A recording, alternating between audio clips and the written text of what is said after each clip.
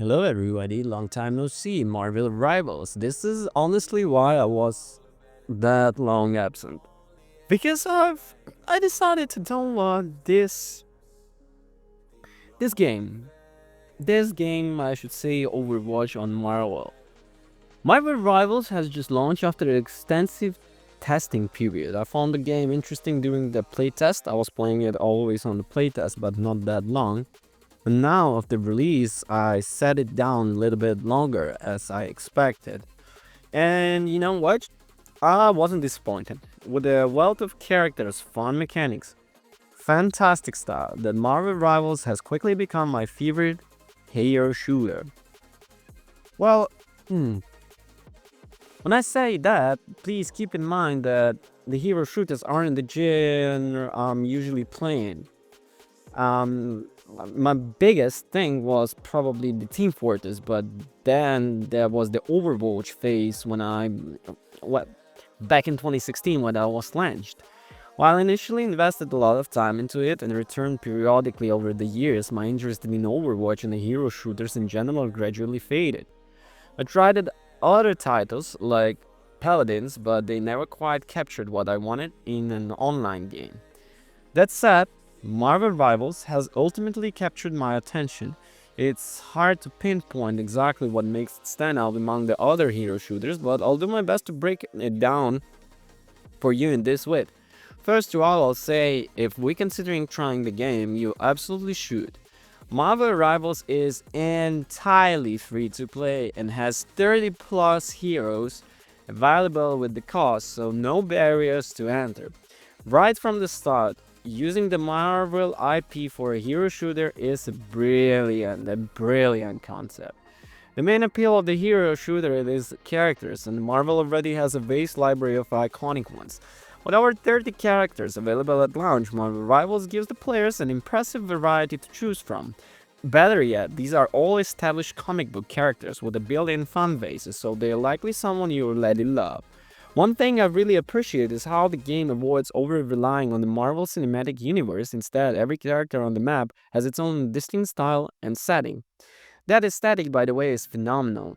While I'm not in love with every single character adaptation, most of them are fantastic, and the ones I don't prefer often have alternative skins that look amazing.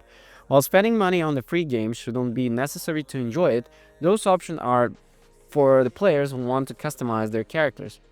Speaking of the customization, the third-person perspective in Marvel Rivals is a game changer. It not only makes battle easier to follow, but also allows you to fully appreciate your character appearance. Gone are those days spending $20 in Overwatch skin to just see briefly characters select and game lobby. And I quickly gravitated toward the interesting hero of mine. It's Wolverine because it's my favorite hero.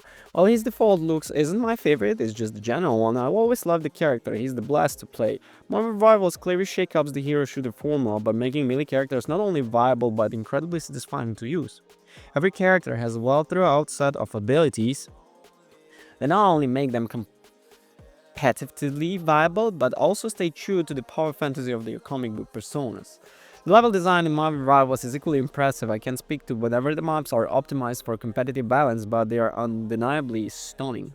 Each map has the cinematic theme, like a Wakandan place or Hitter Bunker in there, with Eldritch summoning, complete with opening cutscenes and character-specific lore dialogue. The environmental storytelling is a top-notch, while the hero base is personally my favorite one.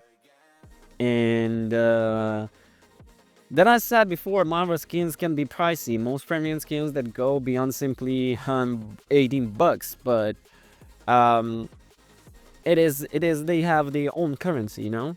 Love to see the game expand its offerings with more cosmetic and heroes.